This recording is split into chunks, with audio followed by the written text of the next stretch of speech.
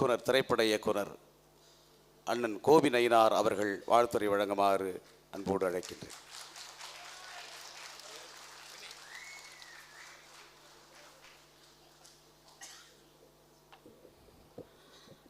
தோழர்கள் அனைவருக்கும் வணக்கம்.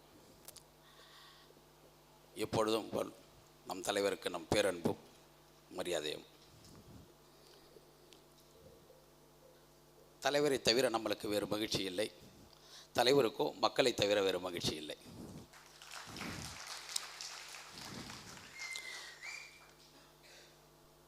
உயிர் சமூகத்தில்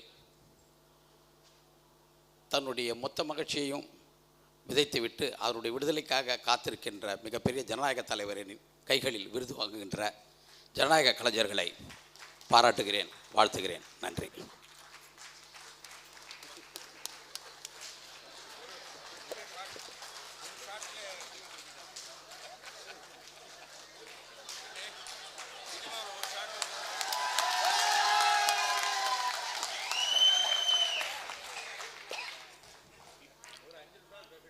கோபப்படக்கூடாதுன்னு சொல்லியாச்சு,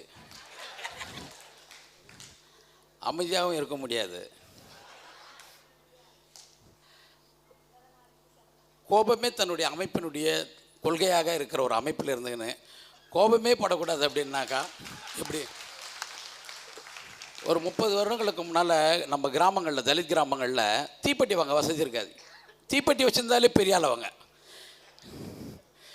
யாராவது ஒருத்தர் வீட்டில் அடுப்பு எரியும், அங்கேருந்து கொஞ்சம் நெருப்பு வாங்கிட்டு ஒரு வீடாக அடுப்பு எரிஞ்சிட்டு போய்கிட்டே இருக்கும்.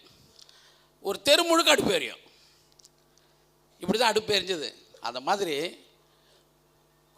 தலைவர்கிட்ட இருந்து கோபத்தை வாங்கி நாம் இந்த சமூகம் முழுதும் விதைச்சிட்டு இப்போ நீங்கள் கோபப்படக்கூடாதுன்னாக்கா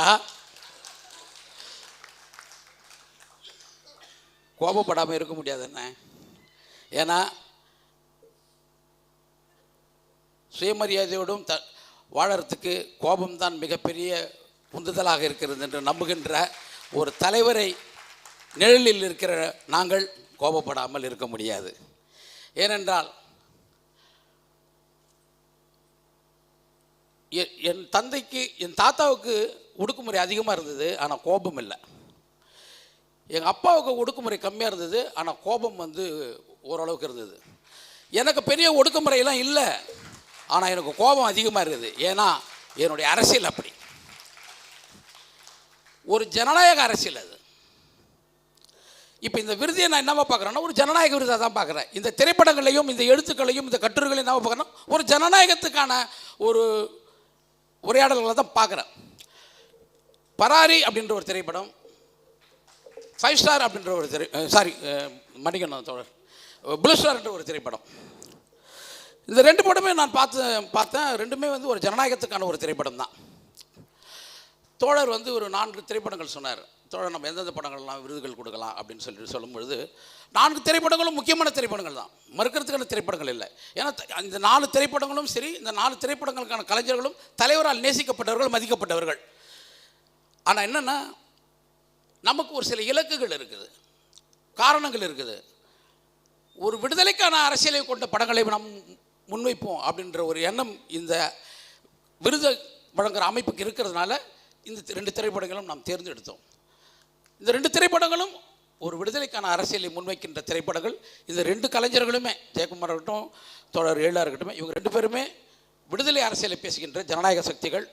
அதனால தான் இந்திய சமூகத்தினுடைய மிகப்பெரிய ஜனநாயக தலைவரான தலைவரிடமிருந்து விருது பெறுகிறார்கள். வாழ்த்துக்கள்.